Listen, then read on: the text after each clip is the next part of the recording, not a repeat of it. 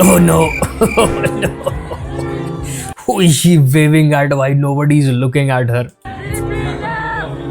Damn bro, another day, another Alia Bhatt humiliation reel surfacing up. At this point ये एक morning ritual जैसी चीज हो गई आलिया भट्ट के लिए. So welcome back to the channel brothers. This is the Spill Ghee. और आज हम देखेंगे कि किस तरीके से आलिया भट्ट अपने करियर पे सारा टाइम देसी घी फैलाने में लगी रहती है. So this video is called How Alia Bhatt's Humiliation at Cannes is a Red Flag for India.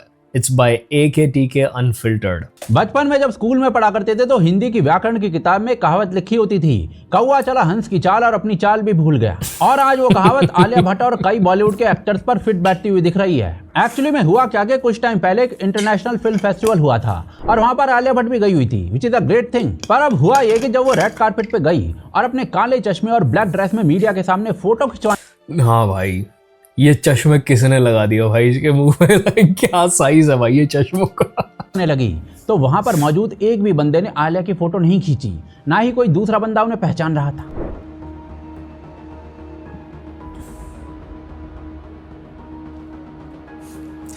She legit looks like a Matrix character come to real life. भाई ये क्या है भाई? क्यों है ये किसने डिसाइड किया कि भाई हम इस लड़की को ये पहनाएंगे, पीछे बाल चिपका देंगे सेट वेट जेल से और इसको भेज देंगे भाई फॉरेनर्स के बीच में जहाँ इसको कोई पहचानता भी नहीं. ये किसका आइडिया था भाई? ये इसके अगेंस्ट साजिश हुई है भाई, मैं बता रहा हूँ. पता नहीं आलिया भट्ट पोज किसके सामने कर रही थी. एनीवेज, जब इस मुद्दे पर ट्रोलिंग हुई तो बहन एक इंटरव्यू में कहने लगी कि उन्होंने काला चश्मा लगाया हुआ था और इसीलिए लोगों ने उन्हें पहचाना नहीं.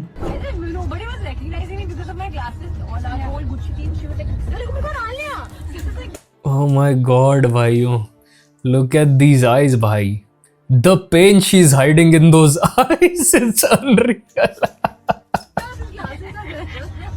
लेकिन अभी इस टाइम कान फिल्म फेस्टिवल चल kind of feel bad for her. रहा है और वहां पर भी आलिया भट्ट गई हुई हैं. एक दूसरी ड्रेस में वो मीडिया के सामने आई. Oh my God भाइयों, the sadness in her eyes, almost like उसको पता था मेरे साथ ये होने वाला है. और गैस व्हाट, इस बार पिछली बार से भी बुरा हाल हो गया. आलिया भट्ट पोज देती रह गई, लेकिन मजाल किसी मीडिया वाले के कान पर जूं भी रेंग गई हो.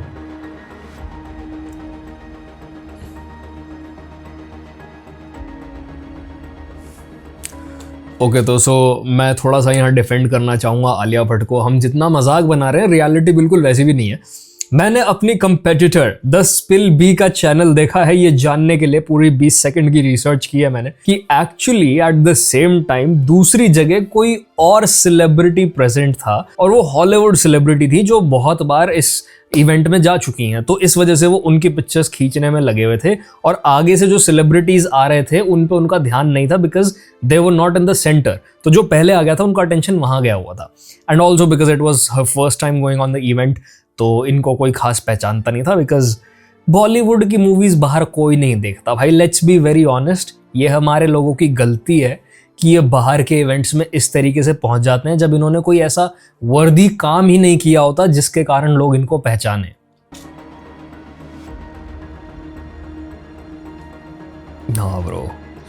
ना ब्रो, शी मेंटेन्ड हर काम भाई, नहीं तो उस तरफ सारे कैमरा उधर हुए हैं.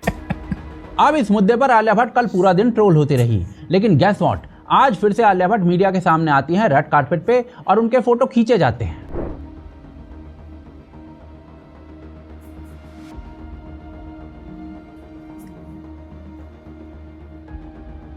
अब यहाँ पर ये पीआर का गेम किया गया है. क्या किया गया है किसी को नहीं पता. Yeah, like I said, it's not about the PR game. It's about कि once again कोई और सेलिब्रिटी वहाँ पे ऑलरेडी प्रेजेंट था जो उससे पहले चली गई थी वहाँ पे and people recognized her more because of her presence in the events for a longer time. Be honest, यहाँ पर गलती आलिया भट्ट की नहीं है. इसका रूट कॉज कुछ अलग लेवल का है जिसको समझने के लिए थोड़ा सा दिमाग खोलना पड़ेगा, क्योंकि ये इग्नोरेंस वाली चीज कोई पहली बार आलिया भट्ट के साथ नहीं हुई है. इससे पहले भी एक इंटरनेशनल इवेंट में किसी ने रणवीर सिंह को नहीं पहचाना था. I've momentarily forgotten who you are, so can you tell me please? I'm a Bollywood actor, sir. I hail from Mumbai, India. I'm an entertainer. That respect for that suit, because that's punching. You know the best part, sir? I have to send it all back in the morning. I mean, I'll be very honest with you. ये situation Ranveer Singh ने बहुत अच्छे से संभाला, क्योंकि अगर वो चश्मे उतार के ये कहता अब आप पहचान रहे हो सर वो चश्मे की वजह से, तो भाई सिचुएशन और खराब हो जाती ऑनेस्टली। बट नहीं, he introduced himself like a humble human being कि भाई मैं हूँ कोई, कहीं पे इंसान हूँ कुछ में। और ऐसे ही एक फेस्टिवल में शाहरुख खान तक को नहीं पहचाना गया था। हाथ में विमल का पैकेट नहीं था ना, इससे मुझे कुछ याद आया। तो शाहरुख खान ना रिसेंटली किसी दिल्ली की शादी में परफॉर्म करने गए थे एंड दुल्हन निकली बहुत ही मतलब मीम देखने वाली लड़की। उसने कहा सर एक बार जुबान केसरी कर दो। जुबान केसरी, जुबान केसरी। तो फिर एक बार बिजनेस वालों के साथ बिजनेस कर लो ना, जान नहीं छोड़ दे। तुम गुटखा वाले भी ना यार। हर बार जब करता हूँ पैसे लेता हूँ, डार्लिंग पापा को कह देना तुम। और वैसे अच्छी बातें करा, तो मैं यहाँ पे थोड़ा जुबान कैसी करेंगे। अरे नहीं, बैन हो चुकी है, चीजें खराब हो जाएंगी, बिल्कुल गलत बातें मत करो मेरे को। भाई दिस इज सो एम्बैरेसिंग भाई। ये लड़की पक्का अपने फ्री टाइम में किसी मीम पेज की एड में है, मैं बता रहा हूँ। गुटका किंग की जल मैं तुम दोनों की मार दूंगा, चुप्पी हो तुम। तो वंस अगेन आई बिलीव अगर शाहरुख खान ने जब इनसे पूछा गया ना कि भाई साहब आप कौन हो, ऐसे कर दिया हो, तो वो कहता अरे सर मैंने आपका पोस्टर देखा, आप वो गुटके वाले स्टार हो। आया भाई आया, रुको मैं दिखाता हूँ तुम्हें। Thank you so much. That is subliminal messaging भाइयों, that is hidden Vimal propaganda। I'm Shahrukh. अब भाई साहब जरा आप सोच के देखिए कि शाहरुख को ही नहीं पहचाना गया तो आलिया भट्ट किस खेत की मूली है। Perfect. This is perfect. Family portrait.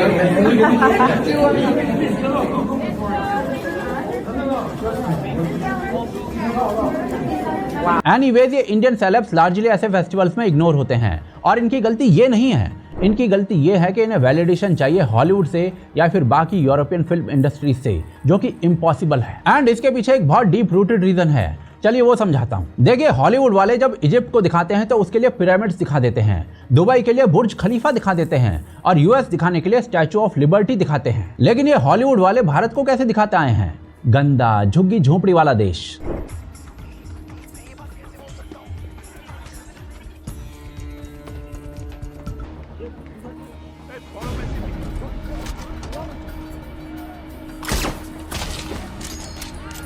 लेकिन हॉलीवुड में भारत की इमेज स्लम्स वाले देश से शुरू नहीं हुई थी, 1980s की फिल्मों में दिखाई। इसमें कहीं ना कहीं इन लोग की हेट भी शामिल है जो ये इंडिया के अगेंस्ट रखते हैं और इनको बहुत प्रॉब्लम होती है इंडिया को तरक्की करते देख के। और दूसरा, कई साल पहले जो सरकार चल रही थी कहीं ना कहीं उसका भी इसमें हाथ है, क्योंकि वो तो आज तक भी इंडिया को खराब बताने में लगे हुए हैं। उनकी तो कोशिश रहती है कि भाई अगर इंटरनेशनल मीडिया मिल जाए ना तो वहाँ पे जाके अपनी देश की बेइज्जती करके आए, उसके अगेंस्ट कुछ बोल के आए। तो भाई कैसे ही हमारी अच्छी इमेज बनेगी? ये तो अब चीज़ें सुधरनी शुरू हो गई हैं। तो thanks to these two factors हमें एक इस तरीके का देश माना जाता है जहाँ पे सारे लोग सड़कों में हग रहे हैं। जाता था कि भारत एक जंगल है, वहाँ जो भी लोग रहते हैं वो जंगली हैं और अपनी लड़कियों को जला देते हैं। Kali, the goddess of death.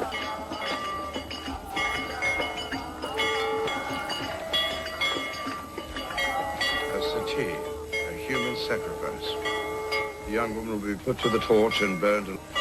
Barbarians. Worse. But if she's left alive, they would treat her like a scurvy dog. And ये किसी एक फिल्म में नहीं था। Indiana Jones and the Temple of Doom में अमरीश पुरी काली माता के सामने एक बंदे की बलि दे रहा होता है जिसे कोई गोरा आके बचाता है। बलि मांगती काली माँ, मुक्ति देगी काली माँ। काली माँ,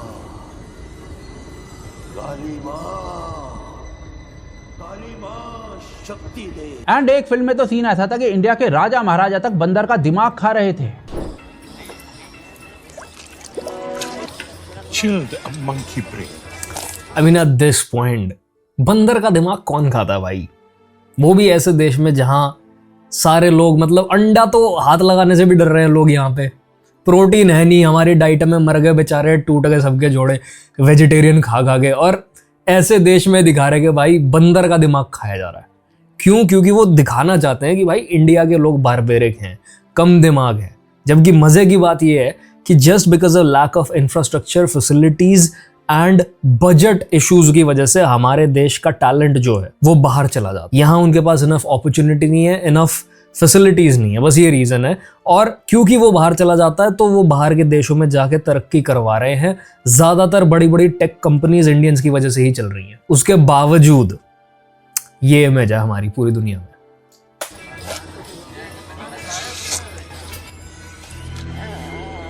अब भारत के लोगों को जंगली दिखाना लंबे टाइम तक चलता रहा। सोचिए, जहां दुनिया की सबसे बड़ी वेजिटेरियन पॉपुलेशन रहती है, वहां का राजा महाराजा बंदर का दिमाग खा रहा था। एनीवेज, अब भारत के लोगों को जंगली दिखाना लंबे टाइम तक चलता रहा। लेकिन जब यह मामला थोड़ा ज्यादा खिंच गया तो भारत को एक गंदा, कचरे से भरा हुआ, बदबूदार, जाहिल लोगों का देश दिखाना शुरू कर दिया गया। इधर सो रही है, बाबा की बेटी घर नहीं तेरे को।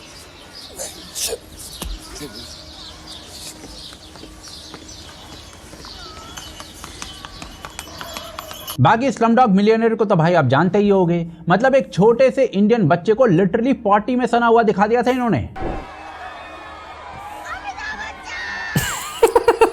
और ये स्लम वाली इमेज मोटे मोटे तरीके से आज तक दिखाई जा रही है हॉलीवुड और बाकी जगहों पर। एंड इसका इम्पैक्ट देखने वालों पर पता है क्या होता है? आई डोंट नो भाई, मैंने जब स्लमडॉग मिलियनेयर देखी ना तो बहुत मतलब छोटे ही थे अपने और इतना कुछ आइडिया नहीं था चीज़ों को समझने का। बट देख के मुझे हमेशा ऐसे ही लगा, मैंने 2 बार देखी, एक बार बचपन में, एक बार थोड़े से बड़े हो गए, कि ये क्या ही मूवी थी, इसकी इतनी हाइप क्यों थी, मुझे बिल्कुल समझ नहीं आया भाई। आज दिन तक मुझे ये बात समझ नहीं आई है। अगर किसी और ने देख रखी है तो भाई मुझे बताओ। वो जय हो गाने से मुझे चिढ़ है, वो MLM वाले बजाते हैं आज दिन तक। देखिए, हॉलीवुड पूरी दुनिया में कंज्यूम होता है और इंडिया की ऐसी इमेज दिखाए जाने का असर ये होता है कि सब हमारे बारे में एक ओपिनियन बना लेते हैं बेस्ड ऑन द इमेज जो हॉलीवुड वाले दिखा रहे हैं। भारत तो एक गंदा देश है, लोग नहाते तक नहीं हैं, हर जगह कचरा ही कचरा भरा हुआ है, पॉटी में सने हुए लोग रहते हैं। और इसी सोच के साथ जब ये लोग भारत आते हैं, I'll tell you what, मुझे लगता है ये भी एक जो इंडिया को रिप्रेजेंट करने वाली मूवीज इस तरह की चीजें दिखा रही हैं ना, बाहर वाले तो दिखाई रहे हैं, चलो, वो मुझे लगता है it's also a part of गुलामी ऑफ अंग्रेज पीपल। क्योंकि इनको लगता है अगर हम इस तरह की चीज़ दिखाएंगे तो हम ऑस्कर में नॉमिनेट हो जाएंगे एंड हमें इंटरनेशनल रिकग्निशन मिलेगा। I think this is one of the reasons why they do this kind of shit in India as well. तो भी साला एक स्लम टूरिज्म ही कर रहे होते हैं। Today I'm going to be travelling to the world's most famous slum. Now we're going to go and find a ritual and take us to one of Asia's biggest slums. अब जरा आप सोच के देखिए कि जब किसी देश की ऐसी, हमारे लोगों को ना एक बात समझने की ज़रूरत है कि जस्ट बिकॉज गोरा है और बाहर से आ रहा है इंसान डज नॉट मीन वो गरीब नहीं है। ये सच में गरीब होते हैं भाई। इनके यहाँ के गरीब यहाँ पे आके स्लम्स में इसलिए घूम रहे होते हैं, सस्ती जगह इसलिए ढूंढ रहे होते हैं ऋषिकेश में, क्योंकि भाई पैसा कम है, सस्ती जगह में हॉलीडे मनाने जाना है इनको। तो ये है भाई। और फिर ये सोचते हैं हम यहाँ व्लॉग बना के डाल दें, शायद मैं बड़ा यूट्यूबर बन जाऊँ, शायद उससे मेरा एक इनकम निकल जाए तो मैं कुछ दिन और रह पाऊंगा इंडिया में या घूम पाऊंगा। ये इनके दिमाग चल रहा है, इनको बहुत अच्छे से पता होता है ये क्या कर रहे हैं। इमेज बनी हुई हो तो क्या उस देश से आने वाले किसी सेलिब्रिटी को कोई सीरियसली लेगा? नहीं लेगा। उनके दिमाग में यही आएगा कि आ गया थर्ड वर्ल्ड से। तो भाई ये लोग इंडियन एक्टर्स के बॉडी ऑफ वर्क को सीरियसली नहीं लेते हैं। एंड एक्टर्स छोड़िए, आप मंगल ग्रह पर इन देशों से पहले पहुंच जाओ, तब ये आपके काम को सीरियसली नहीं लेंगे, कार्टून बनाकर मजाक उड़ाएंगे। इनके देशों में भारत की साइंस की तरक्की एड मैं देखता था भाई, पता है मुझे तो अच्छा लगता था, मुझे फनी लगता था। पर डिबेट्स चलती हैं टीवी पर, जिसमें कई लोगों को जलन हो रही होती है भारत के बढ़ते हुए कदमों से। Because some people will be thinking about this. India, a country that lacks a lot of infrastructure, a country that has extreme poverty. I think more than 700 million. Chandrayaan के लैंडिंग के टाइम पे हुआ था भाई, बड़ी आग लगी थी भाई, ब्रिटिशर्स को बड़ी आग लगी थी इस बात पे। वो कहने लगे कि यार तुम ऐसे कैसे भाई ये सब उड़ा रहे हो, तुम्हारे पास स्पेस प्रोग्राम के पैसे हैं और तुम हमारी उधारी वापस नहीं कर रहे हो। और उसके बाद लोगों ने ट्वीट्स डालने शुरू किए थे कि भाई उधारी की तो बात तुम मत ही करो, तुम चोर हो, पहले वो 45 ट्रिलियन डॉलर वापस करो जो तुम हमारे देश से चुरा के गए थे, जिसकी वजह से हमारे देश की ये हालत हो गई। उसके बाद कोई ट्वीट नहीं आया इनकी तरफ से। Indians don't have access to a toilet. Really? Should they really be spending this sort of money on a space program? I would like to congratulate India on landing on the dark side of the moon. I would also like to now invite India to return the £2.3 billion foreign aid money that we sent them between... This guy. इसकी तो जो बेइज्जती हुई थी भाई Twitter पे, जो बेइज्जती हुई थी इसके बाद। In 2016 and 2021, we're also set to give them £57 million next year. But I think the British taxpayer should keep hold of that, don't you? We should not be giving money to countries with a space program. As a rule, if you can afford to fire a rocket at the dark side of the moon, you shouldn't be coming to us with your hand out. तो भाई सीधा सीधा सवाल है, जब कोई भी बाहर का देश कभी से चाहता ही नहीं था कि इंडिया पावरफुल होना शुरू हो जाए। इन लोग ने हमारा न्यूक्लियर वेपन प्रोग्राम रोकने की कोशिश की। ये लोग इस बात से बहुत नाखुश थे कि भाई इसरो जो है वो डार्क साइड ऑफ मून पे लैंड कर गया है। एंड इनका डर इस सब में बेसिकली यही है कि भाई धीरे धीरे इनका अगर वर्ल्ड पे कंट्रोल बढ़ गया, अगर उस तरह का पावर इनके पास आ गया, तो इनके पास बहुत ज़्यादा पॉपुलेशन है और ये नंबर्स में हमसे जीत जाएंगे। तो भाई जो ये लेफ्ट के लोग फॉरेन चैनल्स की बातें देख के इनकी बातों में आके अपने देश को क्रिटिसाइज करना शुरू कर देते हैं ना, वो थोड़ा दिमाग लगा लो। ये देश की तरक्की नहीं चाहते, ये जेन्युइनली चाहते हैं कि आपके देश की हालत खराब हो जाए, आप स्लम्स में रहो, जिससे ये पावर में रह पाएं सारा टाइम। तो हमारी साइंस एंड टेक्नोलॉजी को ये लोग सीरियसली नहीं ले रहे, तो क्या किसी इंडियन सेलेब को सीरियसली लेंगे? Until and unless you have done something magical like Rajamouli. पर अब सवाल ये आता है कि इंडियन सेलेब्स को क्या पड़ी है अपनी बेइज्जती करवाने की? तो इसका रीजन है वैलिडेशन। हमें गोरों की वैलिडेशन चाहिए, हम उनके जैसा दिखना चाहते हैं, उनके जैसा बनना चाहते हैं। दीपिका पादुकोण एक फिल्म करके, मजे की बात पता क्या है अबे यार, दीपिका पादुकोण कहाँ से आ गई, बट मजे की बात ये है कि जिन गोरों के जैसा तुम बनना चाहते हो वो गोरे खुद ऋषिकेश में पड़े हुए हैं, इंडियंस वाले कपड़े पहन के, कुर्ते पजामे पहन के, वो भजन करते घूम रहे हैं। कोई कंट्रोवर्सी चल रही है कि भाई वो भजन कर रहे हैं और जहां पे भजन संगीत हो रहे हैं वहां पे सर्टेन टाइम पे बस अंग्रेज अलाउड है, इंडियंस की एंट्री बंद है वहां पे। ये सब रील्स तुम्हारे फीड में इस टाइम पे आ रही होंगी। खुद ऋषिकेश में पड़े हैं भाई वो माल फूंक के, तुम उनके जैसा क्यों बनना चाह रहे हो? वो खुद दुखी हैं अपने देशों से। And like seriously these people are obsessed with brown tan skins, sun kissed skins जो ये बुलाते हैं। इनकी औरतें खुद को टैन करवाती हैं भाई सारा टाइम, ऐसा दिखने के लिए जैसे हमारी औरतें नेचुरली दिखती हैं। Like if you work a little bit on your self, तुम बस और बस मॉइस्चराइज यूज करो, हल्का फुल्का स्किन केयर करके अपना स्किन टेक्सचर तुम स्मूथ कर लो, इंप्रूव कर लो, तो यू विल नोटिस कि जब भी तुम ऐसी जगह में ऐसे रूम में बैठे हो जहां पे फॉरेन के लोग काफी ज्यादा हैं, you will find them checking you out from the distance, क्योंकि उनको हमारे स्किन्स एग्जॉटिक लगते हैं। It's almost like they have a fetish for this kind of skin, but वो लोग उस चीज को कभी मुंह पे एक्सेप्ट नहीं करेंगे। It's the same as us finding white skins very attractive. ये दोनों तरफ एक रिवर्स साइकोलॉजी टाइप ऑफ चीज चलती है, बट हमारे लोग का सेल्फ एस्टीम इतना कम है। Instead of recognising the fact कि भाई क्योंकि हमसे कुछ हमें अलग दिख रहा है इसलिए हमें वो सुंदर लग रहा है ज्यादा, ये उनकी गुलामी ही करना शुरू कर देते हैं कि भाई आओ मेरे सर पे बैठ जाओ। वेयरएज फॉरेनर्स हमारे यहाँ आके हमारी अच्छी चीजों को सीख जाते हैं, दूर से अप्रिशिएट करते हैं, and yet do not lose their own identity. आई थी हॉलीवुड में विन डीजल के साथ, एंड दीदी ने उनके साथ बच्चे प्लान कर लिए थे। Putting stuff in his head right there. So yeah, I mean in my head I think like we're together and we have this amazing chemistry and we live together and we have these amazing babies and what? Okay. But in her head she was mentally committed to Ranveer Singh, right? ये कैसे हो रहा है भाई? एक जगह इनके दिमाग में सोच रही है मेरे विन डीजल जैसे गंजे गंजे सफेद बच्चे हो जाए, और दूसरी जगह शी इज कमिटेड टू शेर बलोच हमजा अली मजारी। ये कैसे हो रहा है? मैं तुम्हें विन डीजल और दीपिका पादुकोण की कुछ वीडियोस दिखाना चाहता हूँ।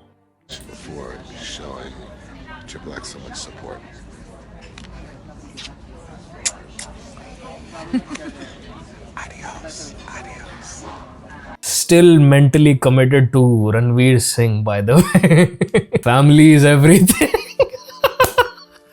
This was for the family's future, bhaiyo. Pramod Dubey was right all along. I don't know तुम में से कितने लोगों ने पद्मावत के टाइम के मीम्स देखे हैं जहां प्रमोद दुबे रोज आके थ्रेटन कर रहा था बंसाली और दीपिका पादुकोण को कि भाई मैं तुम्हें गोली मार दूंगा और ये सब।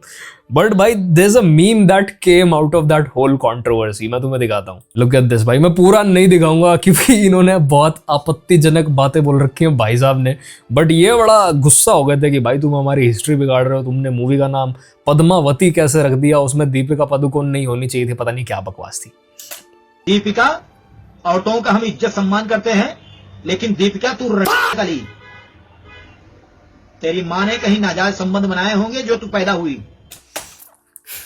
हम औरतों का सम्मान करते हैं और उसके बाद 2 लाइनों में 2 औरतों की इज्जत की मां बहन कर दी है भाई साहब ने। बट एनीवे भाइयों, बैक टू विन डीजल के गंजे बच्चे। आप जरा सोच कर देखिए इस मेंटालिटी के बारे में। मतलब भाई कितना वैलिडेशन चाहिए आपको, आप कितना अंदर से चाहते हैं कि वो लोग आपको अपना बना लें। And there is a reason behind it. Macaulay ने 1836 में इंडियन एजुकेशन सिस्टम को रीडिजाइन किया था। उसका एम था ऐसे लोग पैदा करना जो स्किन से इंडियन हो पर थॉट से ब्रिटिश हो। एंड ये कोई मैं मजाक नहीं कर रहा हूँ, ऐसा उसने सक्सेसफुली किया भी था। और इसी पॉइंट से गोरी चमड़ी वालों से वैलिडेशन लेने का जो मामला चालू हुआ वो आज तक चल रहा है। और I mean east India company बिना उन इंडियंस की हेल्प के जो इंडियंस पे ही गोलियां चला रहे थे कैसे इतने साल राज कर जाती।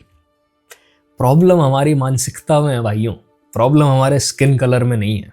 इसीलिए हमारे लोग वहां पर फिल्म फेस्टिवल्स में जाते तो हैं पर ज्यादातर को कोई भाव नहीं दिया जाता है। कैमरे के सामने ये लोग पोज तो करते हैं पर कैमरामैन मन के अंदर कहता है कि चल बेटा निकल, हवा आने दे। तो ऐसे में सवाल ये आता है कि क्या किसी इंटरनेशनल फिल्म फेस्टिवल में जाए ही ना? नहीं, ऐसा नहीं है, खूब जाइए, पर जब आपने कुछ गजब का काम किया हो तो। राजा मौली खुद आलिया भट्ट ने क्या क्या काम कर रखा है देखें।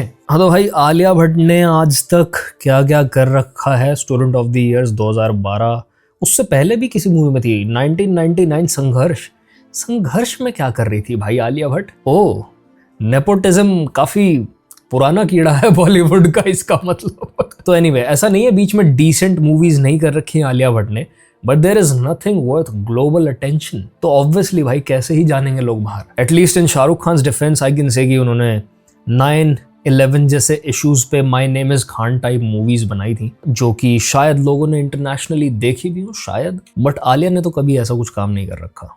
हॉलीवुड नहीं गए थे, उनकी फिल्म नेटफ्लिक्स पर आई और अमेरिका में वायरल हो गई। एंड उसके बाद खुद अमेरिकन्स ने राजा मौली को बुलाया था। एंड इसी रीजन से फिल्म जहां तक मैंने सुना स्पिलबी की वीडियो में आलिया भट्ट भी खुद नहीं गई है, उसको लॉरियल ने अपने इवेंट के लिए बुलाया है। अनलेस लॉरियल को वंस अगेन इनके पीआर ने पिच किया हो कि आलिया बहुत बड़ी स्टार है और आपको उसको बुलाना चाहिए, काइंड ऑफ वाली चीज। ऑस्कर भी जीत गई, लेकिन भाई आलिया भट्ट ने ऐसा कुछ नहीं किया जो ग्लोबल प्रेजेंस बना ले। ठीक ठाक एक्टर है बस, तो ऐसे इंडियन सेलेब्स को इग्नोरेंस ही मिलेगी।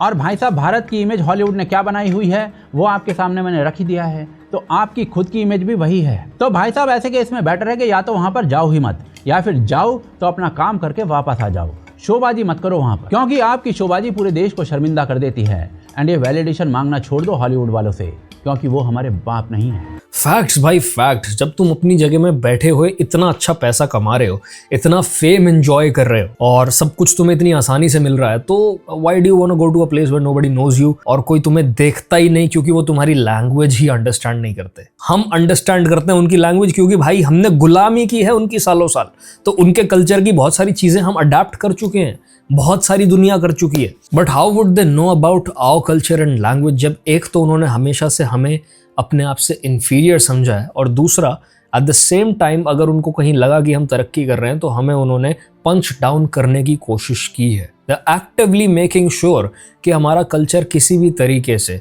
स्प्रेड ना हो जाए, उसकी बात ना फैल जाए बाहर। So this is it for this video भाइयों। Take pride in your ethnicity, your skin colour, your culture, and चाहे तुम कितनी भी फास्ट एंड फ्यूरियस में विन डीजल को देख लो, always stay committed to Ranveer Singh from Dhurandhar bhai. And I will see you brothers in the next one.